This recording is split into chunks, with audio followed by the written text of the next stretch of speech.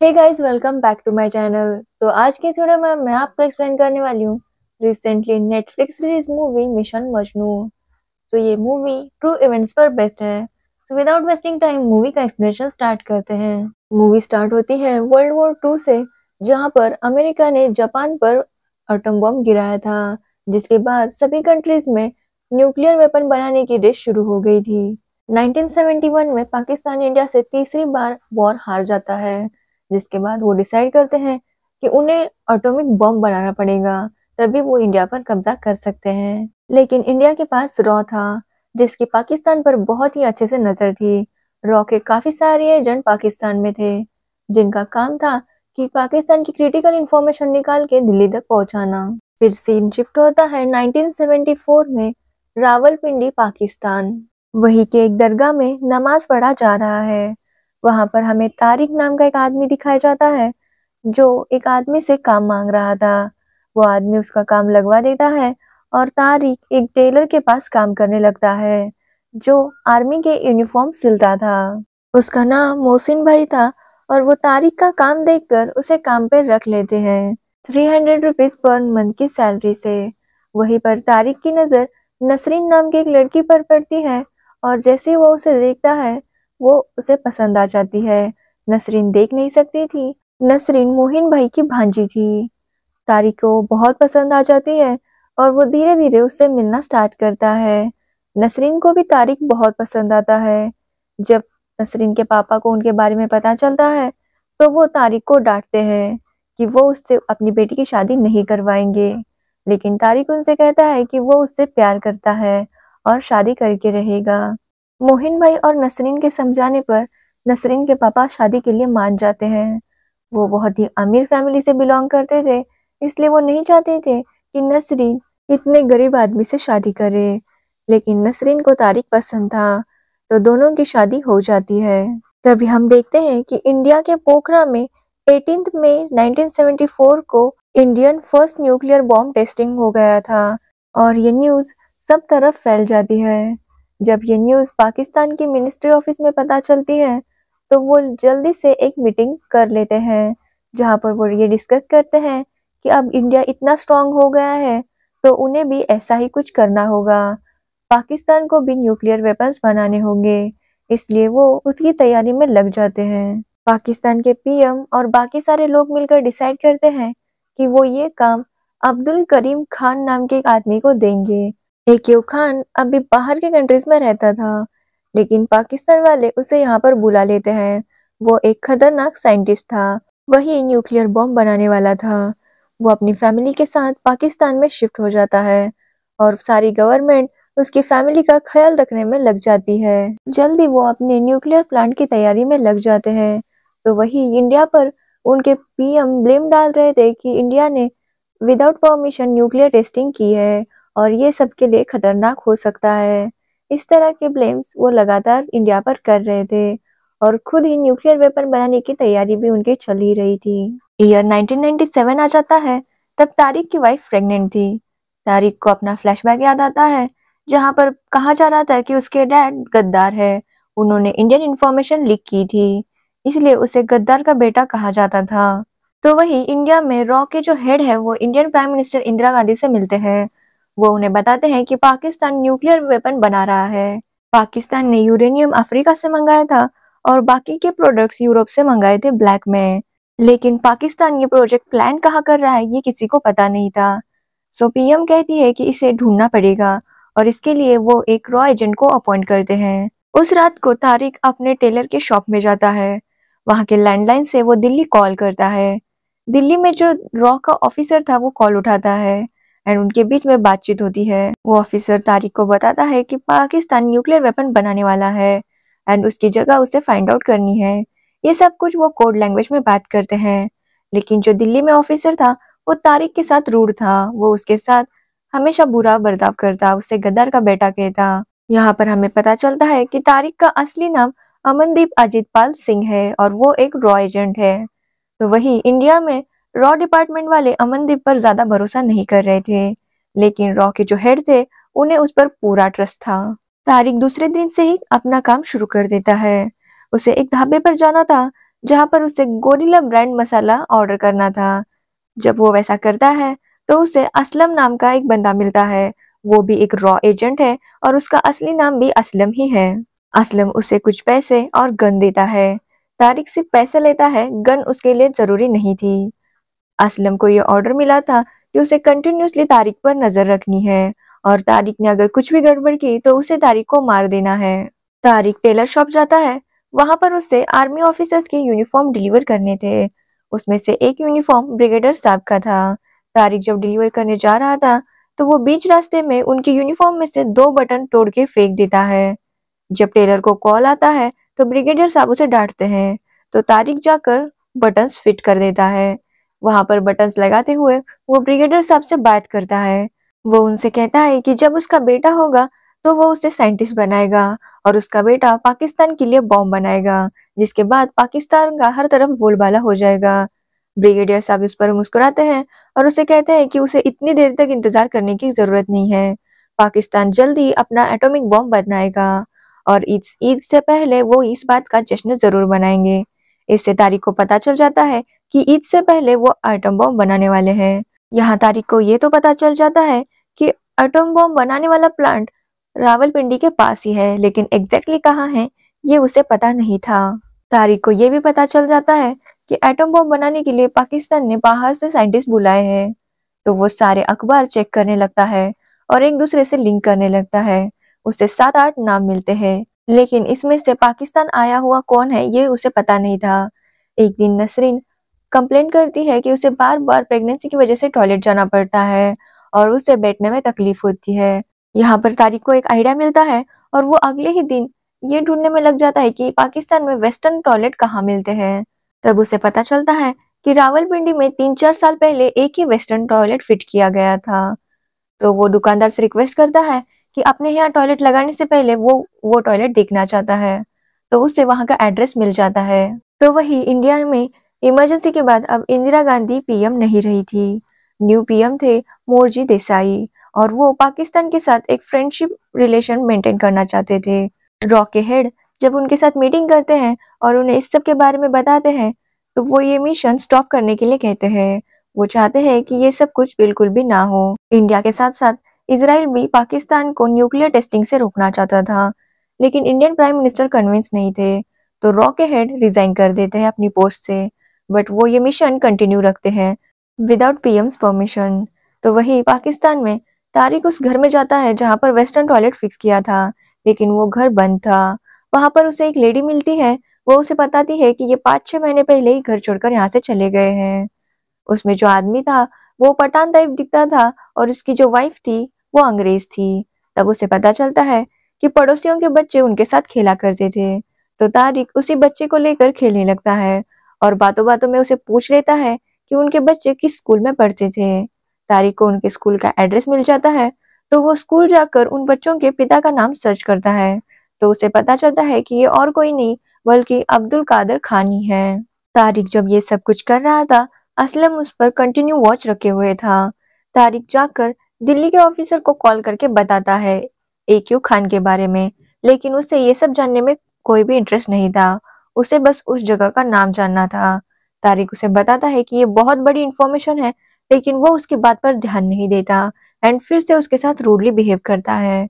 नसरीन के पापा तारिक की कुछ बातें सुनते हैं और उन्हें लगता है कि तारिक का कहीं और अफेयर चल रहा है, लेकिन असलम को लगता है कि नसरीन के पापा को सब कुछ पता चल गया है तारिक के बारे में। असलम दिल्ली एजेंट को कॉल करके ये सब कुछ बताता है, तो वो उसे तारिक को मारने के लिए कह देता है। असलम उसे मारने के लिए जाता तो है, लेकिन वो तारिक को नहीं बल्कि नसरीन के पापा को मारता है। तो वही इस्लामाबाद में पाकिस्तान आर्मी पाकिस्तान गवर्नमेंट के ऊपर टेक ओवर करती है और पाकिस्तानी पीएम को अरेस्ट कर लिया जाता है। अब पाकिस्तान पर मिलिट्री ही रूल कर रही थी।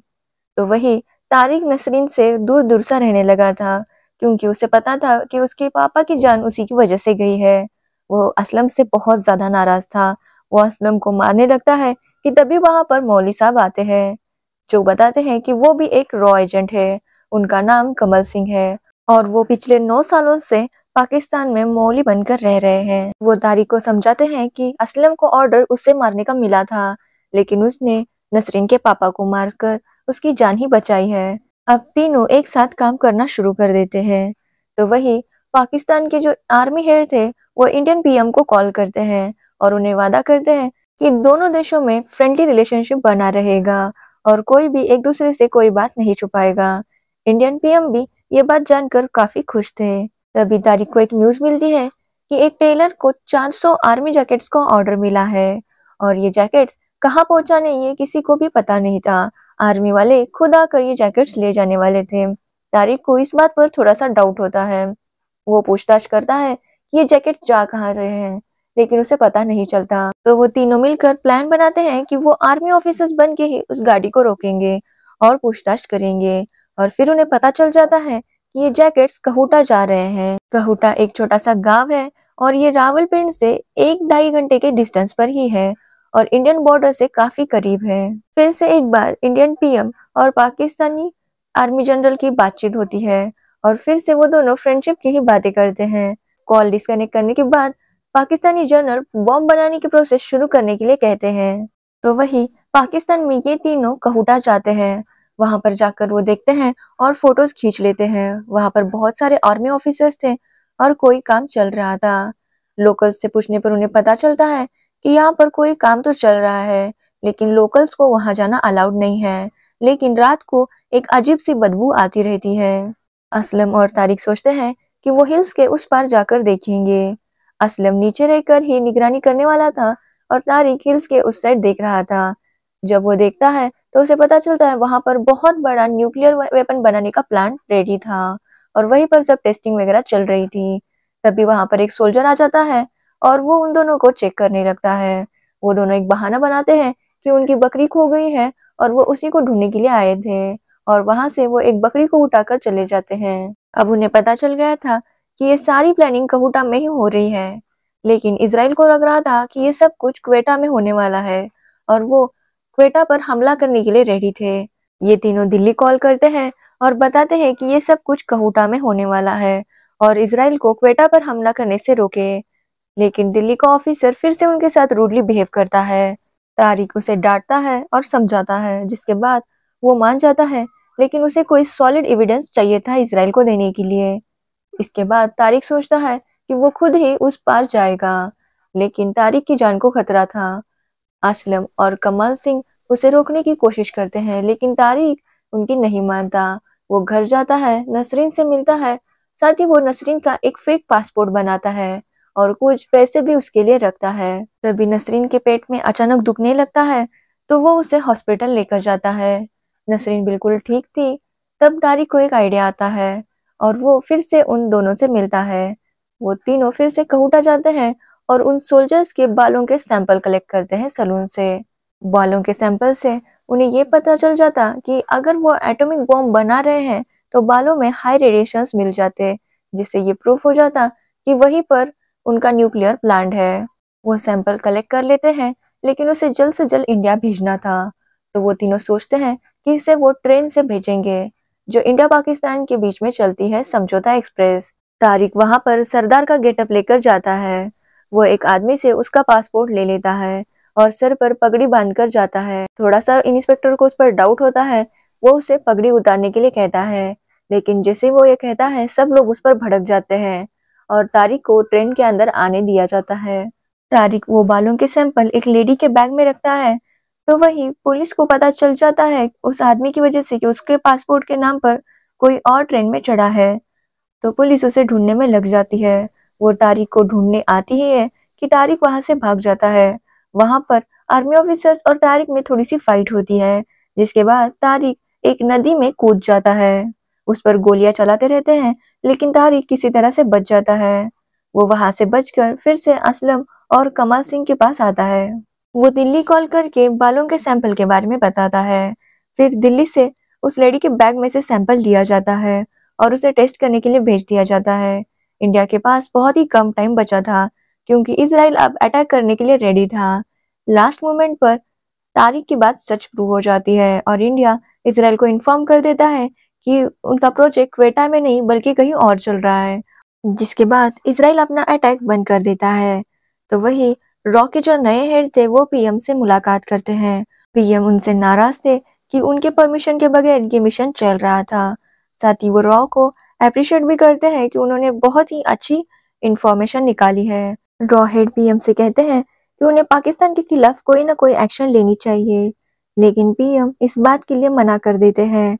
बाद में वो पाकिस्तान जनरल को कॉल करते हैं और उन्हें न्यूक्लियर बॉम्ब के बारे में पूछते हैं, तो वो उन्हें साफ साफ मना कर देते हैं। तो पीएम उन्हें बताते हैं कि उनके पास पूरी जानकारी है इसके बारे में, और कहूटा में जो चल रहा है वो बंद नहीं हुआ तो इंडिया उन पर अटैक करेगी, और इस बार इंडिया बिल्कुल भी रहम नहीं खाएगा। जनरल जैसे ये बात सुनता है वो सबको बुलाता है और अपना प्लान कैंसिल करने के लिए कहता है, क्योंकि अगर उसने ऐसा नहीं किया तो 15 मिनट के अंदर इंडिया उन पर अटैक कर देगा, इसलिए उन्हें मजबूरी में ही वो प्लान कैंसिल करना पड़ता है।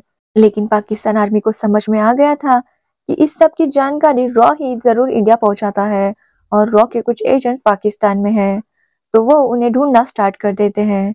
दिल्ली जहां जहां कॉल किए गए हैं उस सब के रिकॉर्ड्स वो निकालते हैं और बहुत ही स्ट्रिक्टली इंक्वायरी करने लगते हैं। तो वही तारिक अपने घर जाता है और नसरीन को बताता है कि वो लोग दुबई जा रहे हैं, तारिक को दुबई में जॉब मिल गई है। नसरीन भी इस बात से बहुत खुश हो जाती है और दोनों दुबई जाने की तैयारी करने लगते हैं। तो वही पाकिस्तानी आर्मी लोगों को ढूंढना स्टार्ट कर देती है। खास करके वो उन लोगों को टारगेट करते हैं जिनकी फैमिली बैकग्राउंड का किसी को कुछ भी पता नहीं। उनका कहना था कि वही लोग रॉ के एजेंट हो सकते हैं, लेकिन कुछ लोगों का कहना था कि इसमें तो पाकिस्तानी भी मारे जाएंगे, लेकिन उन्हें इस बात की परवाह नहीं थी और वो एक के बाद एक लोगों को मारने लगते हैं। वो लोग असलम के ढाबे पर भी जाते हैं। असलम को पता चल गया था कि अब वो नहीं बचेगा, इसलिए वो भी उन्हें शूट कर देता है और इसके बीच में असलम की डेथ हो जाती है। बाद में जब कमल सिंह वहां आते हैं तो वो असलम को मरा हुआ देखते हैं। वो समझ जाते हैं कि कुछ ना कुछ गड़बड़ है। वो तारिक से मिलने जाते हैं तो वही तारिक भी उनसे मिलने के लिए आ रहा था, तो वो तारिक को जल्द से जल्द बॉर्डर क्रॉस करने के लिए कहते हैं, लेकिन तारिक नसरीन को छोड़कर नहीं जाने वाला था। वो ये नहीं चाहता था कि उसके बच्चे को भी सब लोग गद्दार का बच्चा करके बुलाए, इसलिए तारिक नसरीन के पास जाता है और फौरन वो दोनों एयरपोर्ट निकल जाते हैं। एयरपोर्ट पर जल्दी जल्दी वो चेक इन करता है। आर्मी भी तारिक के घर जाती है और उसके बारे में उन्हें पता चल गया था। आर्मी के कुछ लोग कमाल सिंह को भी मारने के लिए जाते हैं और उन्हें पता चल गया था कि वो भी मरने वाले हैं, तो वो एक सिगरेट जलाते हैं और एक ब्लास्ट हो जाता है जिसमें सब लोग मारे जाते हैं। नसरीन प्रेगनेंसी की वजह से फास्ट चल नहीं पा रही थी, तो तारिक उसे व्हीलचेयर पर बैठा देता है और वही एयरपोर्ट पर एक आदमी को उसे प्लेन के अंदर ले जाने के लिए कह देता है। तभी वहां पर आर्मी के लोग आते हैं और नसरीन को देखकर वो रोकने के लिए कहते हैं।